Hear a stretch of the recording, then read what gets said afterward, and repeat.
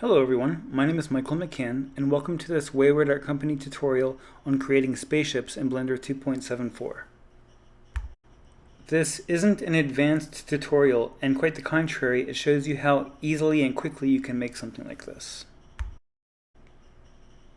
And so I'll start by deleting my default cube and adding a UV sphere. Now in edit mode, I'm going to scale it on Z.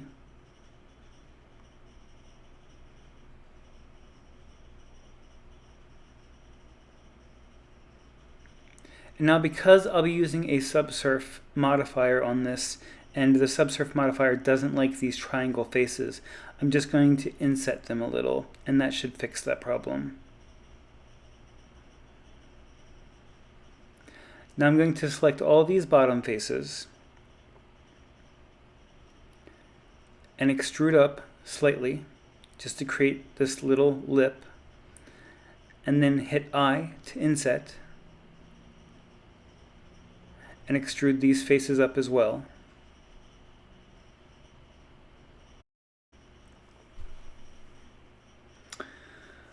And I'm going to UV unwrap this object just to get it out of the way. So I'm going to go to my UV image editor and then just unwrap this one face. Now I need to straighten up the edges, so I'm going to select this edge and hit W, align X. If it were the top and the bottom edges, we would choose align Y, but it's the sides, so I'm going to do the same thing for this side. Align X.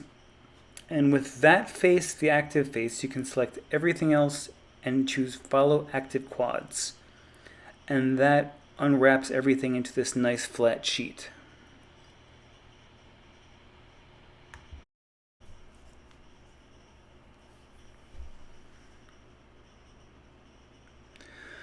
Okay, so now I'm going to go ahead and add my subdivision surface.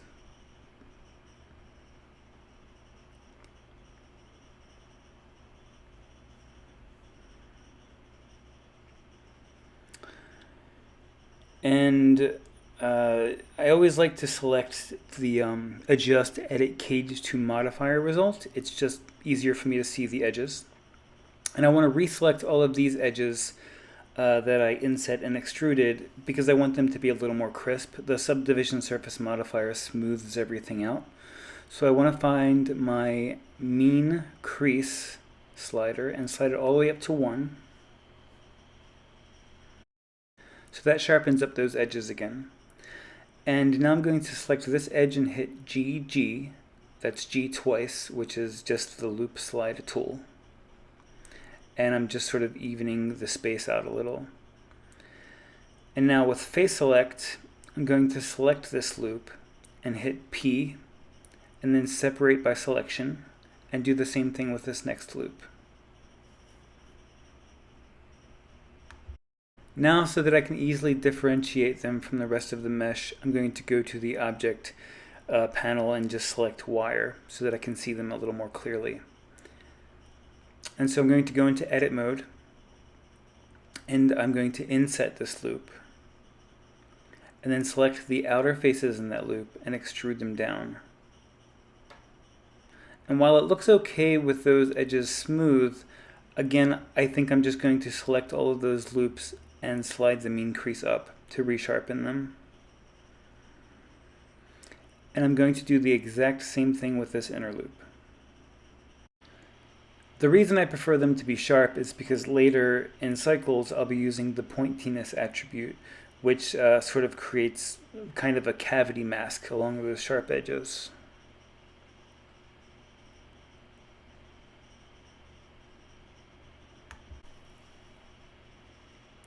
Now I'm going to select every fourth face, that's leaving 3 unselected between them. And then hit I to inset.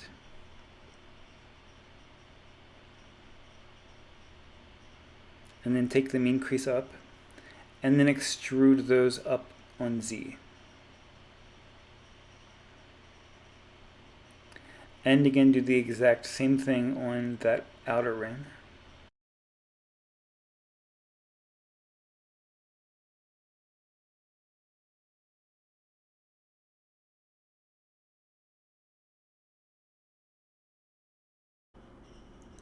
And so now I'd like to get some of the animation out of the way. So I'm going to select this ring, and I'm going to hit I and insert a rotation keyframe. And so now I don't know how long this animation will be, so I'm going to set the frames all the way up to 400. And then I'll slide up to about 280 on my timeline. And then in the Z-axis rotation, I'm going to choose 360 degrees and hit I again. So now from frame 1 to frame 280, it would have rotated once. And so what I'm going to do is go to my graph editor and go to Channel, Extrapolation Mode, and Linear Extrapolation. And now even after it passes frame 280, it will continuously rotate for as long as your animation is.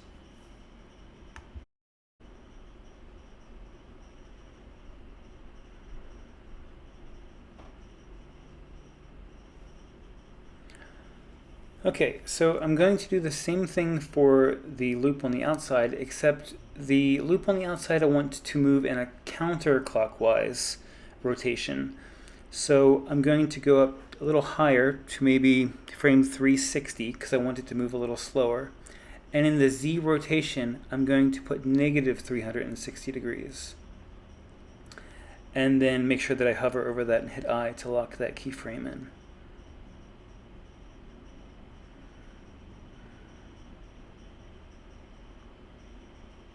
So that's working, but I need to do the same thing in the graph editor. I need to go to Channel, Extrapolation Mode, and Linear Extrapolation. And now I'm really done with that, so I can close the graph editor. And now you can see if I hit Alt-A, this one's moving clockwise, this one's moving counterclockwise, and it's moving a little slower. I also need to shift select these two inner rings, and then the outside, the main part of the spaceship, and hit Control P and parent them to that object. And that way they can still rotate independently, but I can animate the whole object as one. Now because the spaceship is going to have a glossy material, I'd like to set up my world background, so I'm going to go to my world settings and give it a sky texture. And the sky that I'm going to be creating is going to be sort of like a dusk, like right before sundown. And I want the spaceship to be flying like directly at it, so the sun will be right in front of it. And so to do that, you just sort of rotate.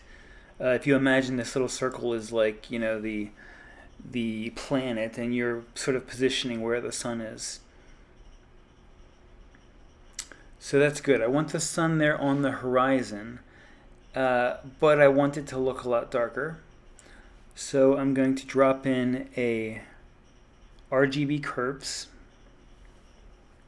And that way I can use this curve to adjust the darkness, but also this slider to adjust the strength, because I want a lot of light in the scene.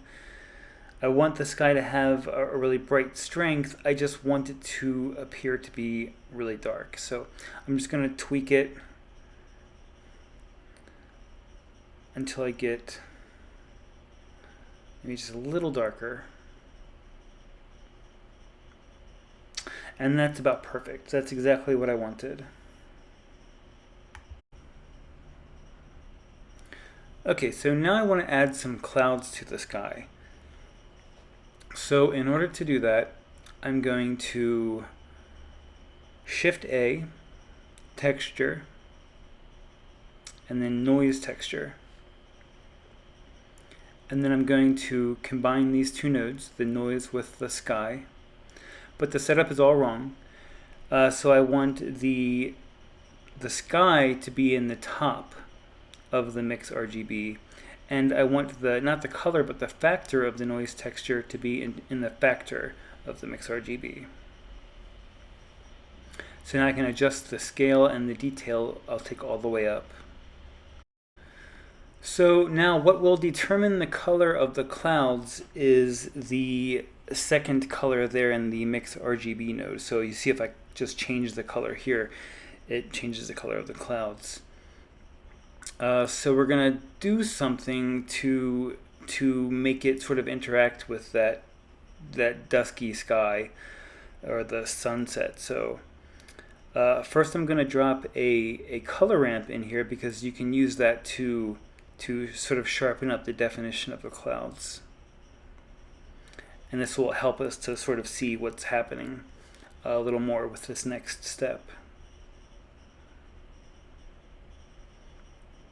So I'm just going to duplicate this mix RGB node, and I'm going to plug it into the factor or the second color from the first RGB node.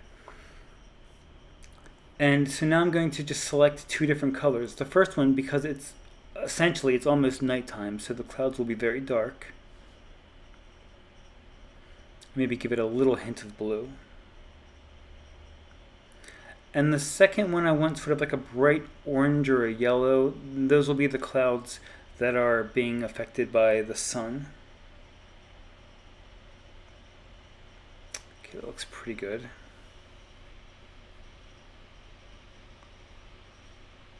Alright, so right now they're all mixed together, so we need to separate it with a texture and then a gradient texture.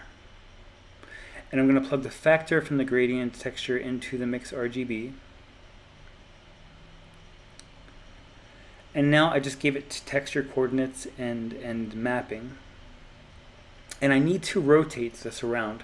This will depend on which direction your sun is, but for me, I'm rotating it on Z just until I see the brightest part directly in front of me, because I know that the sun is directly ahead of the spaceship. And now I have to use the X to rotate it down a little.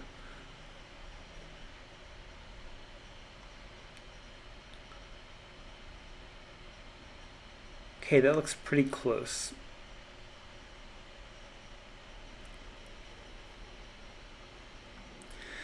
Now, the gradient texture right now has a linear fall off, and you can see how sharp that is. So I'm going to change it to quadratic, and that fades a little better, I think.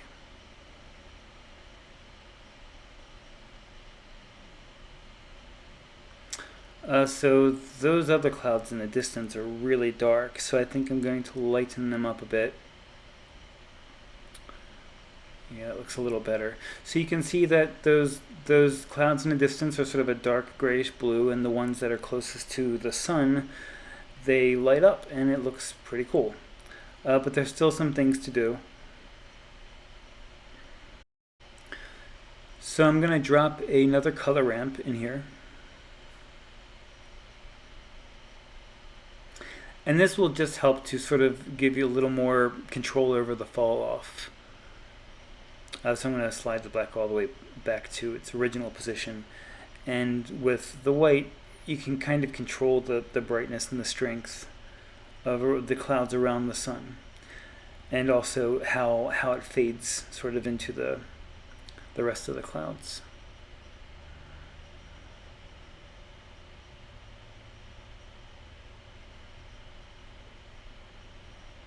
You can also, on the noise texture, that color ramp, you can change that to B-spline, and that sort of it sort of makes the clouds a little more smooth or airy, I suppose. They maybe blend a little better. So one last thing for the sky that I would like to do is sort of define where the horizon is. So to do that, I'm just going to go Shift A, vector, and then normal. Not normal map, just normal. And then I'm going to go to input and add texture coordinates. And I'm going to select the normal attribute and put it into the normal input of the normal node. Now I'm going to Shift D to duplicate that mix RGB and just drop it in. And now the dot output is going to go into the factor of that mix shader. And I'm going to make the second color black.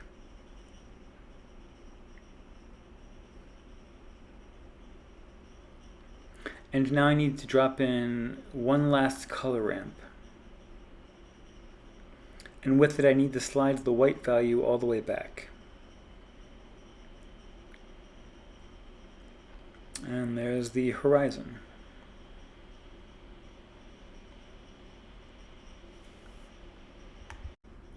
Now I'm going to just make some adjustments on the scaling for the noise texture. And also I can use that RGB curves and take the reds up a little, and that'll make that sunset look a little warmer.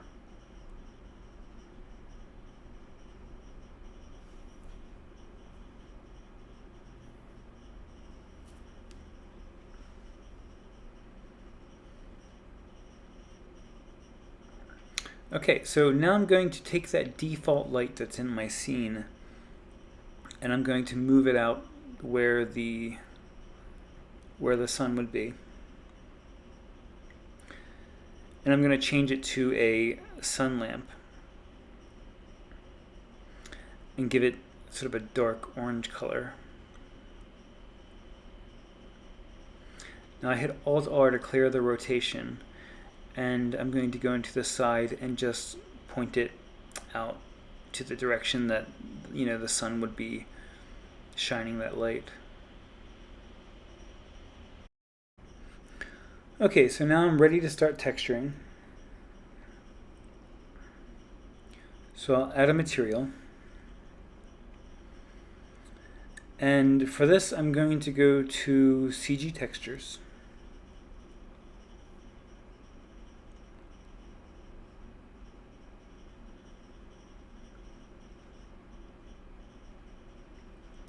And there are two textures that I want to choose. I'm going to go to Concrete, and then Plates. And then I'm going to select this texture. It's called Concrete Plates 0002_1. Now I don't know where the next one is, so I'm going to type in Circuit and search. And this is the one that I want. It's the second one. I'm using Crazy Bump to generate normal, displacement, and specularity maps, but if you don't have software like this, just look online for tutorials on how to create these images in Photoshop or GIMP. So now I'll apply that image to the diffuse shader.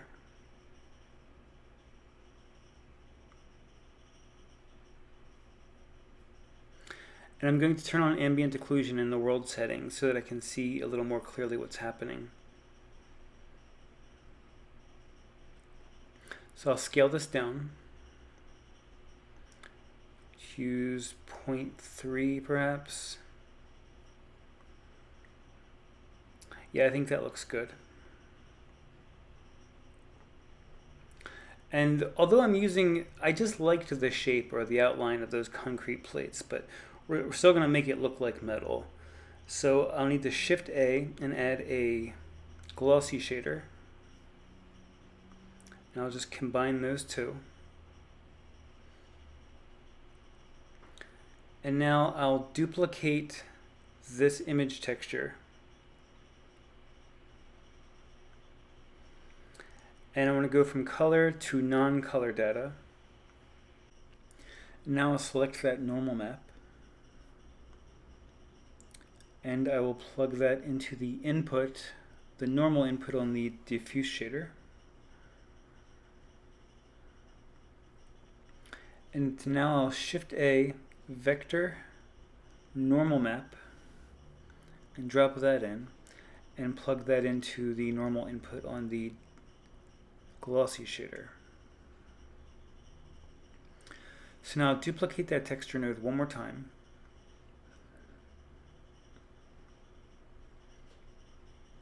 And this time I'll open that specularity map. And now I'll plug that into the factor of the mix shader. And ordinarily I would drop a mask node in there to control the specularity, to increase or decrease it, but this time I might try something a little different. I think that these plates look a little too smooth, and I want them to look a little like they've been, not really beaten up, but I want there to be a little more variation in how smooth they look, or how glossy they look. I think I need to smooth these faces out because I might have forgotten to do that earlier. So the way I'm going to try to do this is Crazy Bump generated a displacement map, and I'm not going to use it to displace the actual geometry, but I'm going to use it as the input of the roughness value for the glossy shader. So I'll select that displacement map and I'll plug it right into the roughness.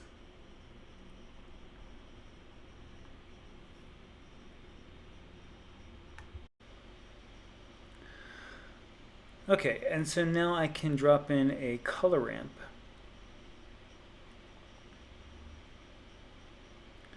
And that will give me a little more control over the glossiness, or the value of the roughness.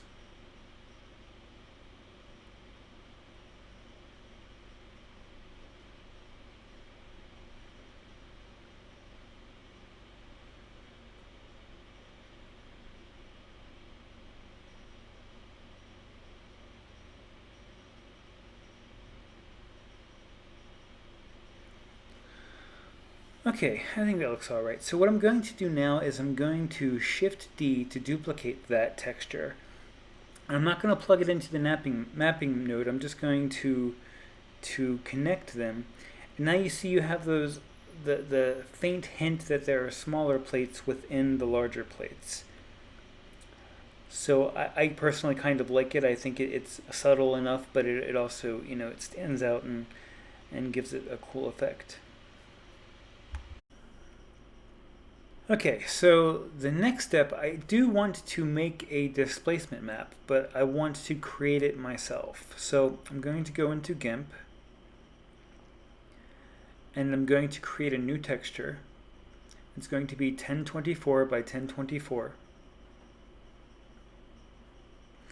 And now I'm going to choose the rectangle select, and I'm just going to make different shapes of rectangles and squares without trying to fall into any pattern. I kind of want it to be very random. And I'll do this, I'll make roughly 3 rows.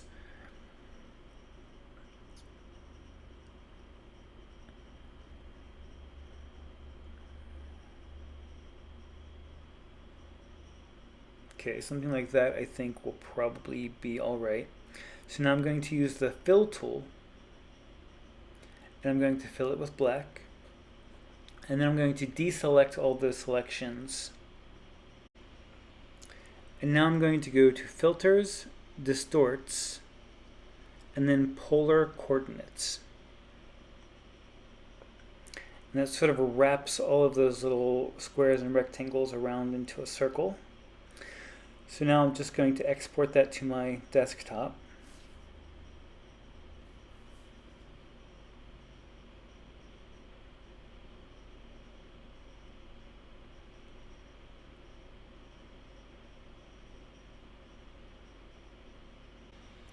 Now in edit mode, I'm going to use edge select to select the loop on the top. I don't want to go all the way to the edge. I'm going to hit Control E and mark seam. That way, if I go into face select, I can just hover over and hit L, and that selects that whole area. Now I'm going to go into object data and apply that to a vertex group. I'm just going to call it UFO top and assign it. So now I'm going to add a displace modifier and assign it to that vertex group. And I'm going to set the value really low to 0.03.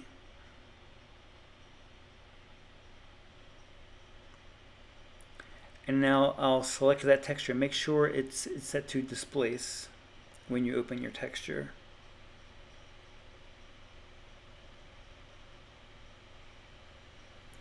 Okay, and it doesn't look very good right now because you need to go to your modifier and set the view up to 5. Your computer might slow down a little during this. Mine's certainly struggling with it a little.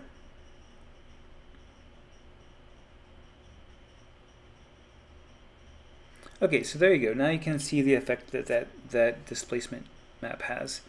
But I want there to be a little more definition around the edges. And so the way I'm going to do that is I'm going to use the pointiness attribute that's fairly new to Blender. So I'm going to duplicate this diffuse shader. And for right now, I'm just going to make it bright red so that we can see the effect. And I'm going to go Shift-A, Input, Geometry. And now connect that mix shader with the diffuse shader. And I'm going to plug the pointiness attribute into the mixed value. And I'm going to duplicate this color ramp. So now if I move the black towards the middle, and then bring the white back to meet it, you'll start to see that color develop along the edges. And it's really sensitive to tweak it. It's like you get it right where you want it, and then if you move it a little too far, you lose it. But I'm trying to get a nice wide line. So that's I think looks really good. And it would be up to you what color you choose. For me, I'm just going to go with, let me see what a light color looks like. No, I'm definitely going to go with black. I only really want it there. I don't necessarily need it to be very noticeable. Again, I was just trying to highlight that those edges were there and bring the contrast out a little. Okay, so now for a tiny bit more fine detail, I'm going to go back into GIMP. And I'm going to add that electronics image that we downloaded from CG Textures. And I'm going to go to Color and then Desaturate.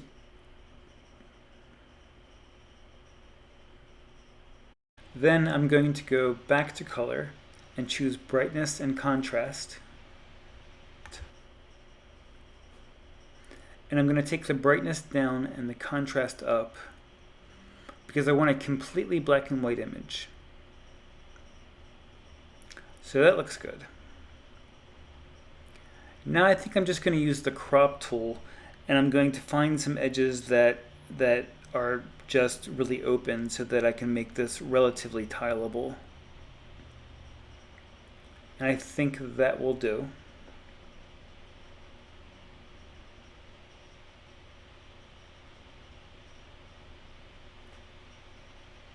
Now I'll just overwrite that image that's on my desktop.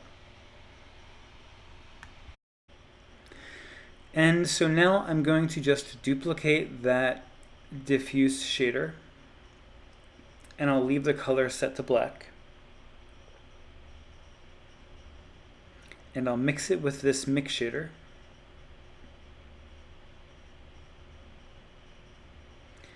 And now I'll Shift A and add a image texture. And I'll just add that edited version of the electronics image. And I'll just use this image as the factor for that mix shader.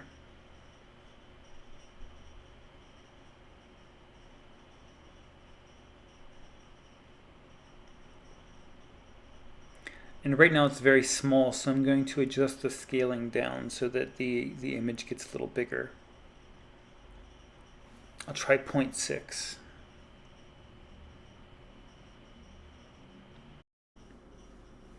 So you can see that's just a little bit of fine detail. One last thing I could do is I could plug that into the displacement on the output. The image itself is pretty small. I don't know that it would have too much of an effect, but the lighting that we're using in this scene is pretty harsh. It's like a really strong and a bright orange. So, you know, it might actually show up and give the bump effect on the spaceship.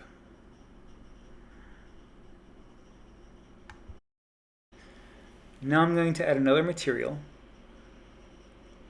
and tab into edit mode. And I'm going to select those faces in the very middle.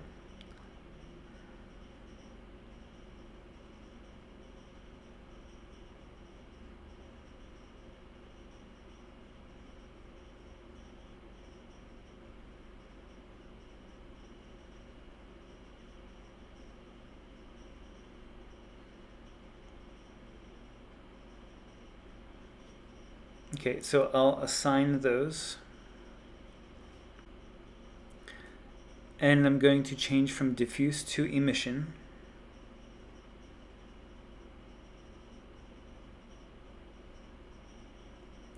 And now for the color, I'm going to choose like a dark blue. I want the color itself of the emission to be a light blue, but I'm going to choose a dark color and then drag the strength up pretty high. And that sort of lightens the color.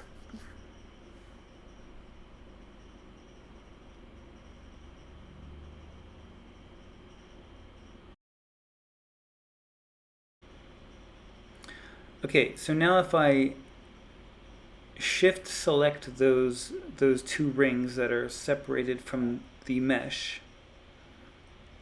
I can shift select the spaceship and hit Control L and link the materials. Now everything shares the same materials. And because the last thing that I did was extrude those little areas, those faces are still selected, so all I need to do is assign those to that emission material. And do the same thing with the other loop.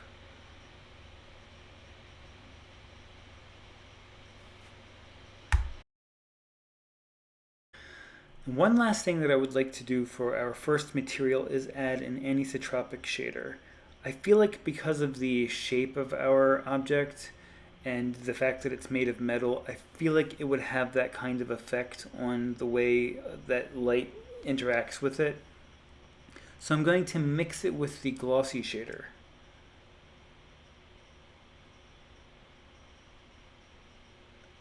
Now I'm just going to tweak the values to something that I think just looks visually pleasing.